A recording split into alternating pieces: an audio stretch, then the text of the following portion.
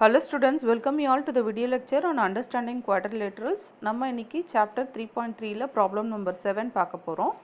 So இந்த problemல என்ன கேட்டிருக்காங்கன்னா angle C find out பண்ண சொல்லியிருக்காங்க. AB வந்து parallel to DC அப்படின்னு சொல்லியிருக்காங்க. ஓகே. ஸோ இப்போ ரெண்டு லைன் இருக்கு. ஒன்று AB, இன்னொன்று DC. ஓகே, இந்த ரெண்டு லைனும் parallel இருக்கு. And again figure நம்ம ப்ராப்பராக பார்த்தோம் அப்படின்னா இங்கே ஒரு டிரான்ஸ்வர்சல் ஆக்சுவலாக ஃப்ளோ ஆகுது, ரைட்? ஸோ ஆக்சுவலாக பார்த்தீங்கன்னா ஒரு டிரான்ஸ்வர்சல் இந்த மாதிரி ஃப்ளோ ஆகுது. இந்த டிரான்ஸ்வர்சல் வந்து இங்கே ஒரு இன்டீரியர் ஆங்கிள் ஃபார்ம் பண்ணுது, அதோட வேல்யூ 120 டிகிரி. இங்கேயும் ஒரு இன்டீரியர் ஆங்கிள் ஃபார்ம் பண்ணும், right?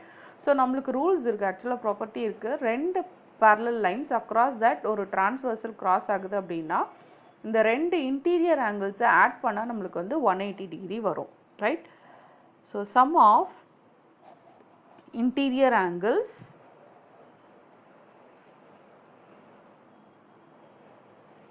on same side of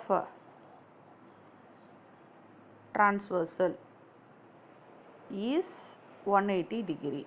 okay, so இப்போ இந்த ரூல்ஸ் படி பார்த்தோம்னா நம்ம என்ன சொல்லலாம், angle B plus angle C வந்து 180 டிகிரி. ஓகே, ஆங்கிள் பி நம்மளுக்கு ப்ராப்ளம்லேயே கொடுத்துட்டாங்க, இட் இஸ் 120 டிகிரி. இப்போ ஆங்கிள் சி மட்டும் ஃபைண்ட் அவுட் பண்ணிடலாம். ஸோ இப்போ ஆங்கிள் சி வந்து 180 degree minus 120 degree which is equal to 60 degree. So இப்போ மெஷர்மெண்ட் ஆஃப் ஆங்கிள் சி என்னது, 60 டிகிரி.